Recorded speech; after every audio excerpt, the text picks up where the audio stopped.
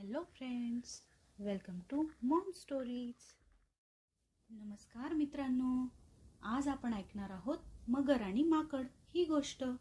एका जंगलात एक मोठं झाड होतं. त्या झाडावर एक माकड राहत होतं. माकड रोज या झाडावरून त्या झाडावर उड्या मारत असे. माकड रोज झाडावरच्या गोडगोड फळांचा आनंद घेत असे. त्या झाडाच्या खाली एक नदी होती. त्या नदीत एक मोठं मगर राहत होतं. एक दिवशी मगर माकडाला म्हणाला, अरे माकडा, मला तुझी गोडगोड फळं खायला देणार का? माकडाने आनंदाने उत्तर दिलं, हो हो, ये आणि खा ही फळं. मगराला ती फळं खूप आवडली आणि ते रोज माकडाच्या झाडाजवळ येऊन फळं खाऊ लागला आणि त्यांच्यामध्ये खूप चांगली मैत्री झाली.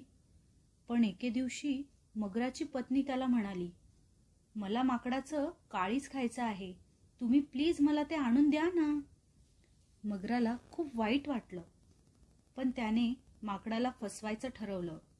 तो माकडाजवळ गेला आणि म्हणाला, अरे माकडा, माझी पत्नी तुला भेटायला खूप उत्सुक आहे, तू आमच्याकडे चल. माकड आनंदाने मगरीच्या पाठीवर बसलं.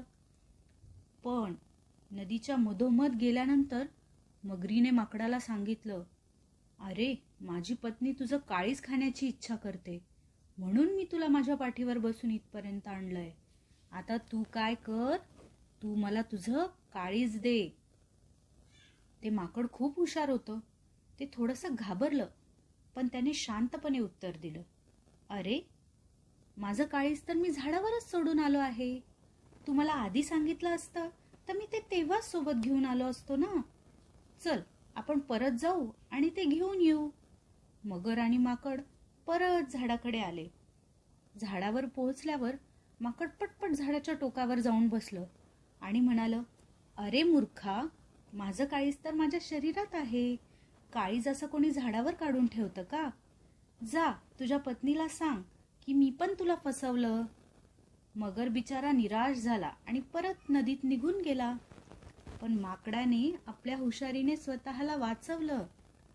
मित्रांनो, या गोष्टीचं तात्पर्य काय आहे सांगा बरं? संकट आल्यावर शांत राहून विचार केला तर आपण नक्की सुटू शकतो. धन्यवाद मित्रांनो. अशा छान छान गोष्टी ऐकण्यासाठी आमच्या चॅनलला नक्की सबस्क्राईब करा.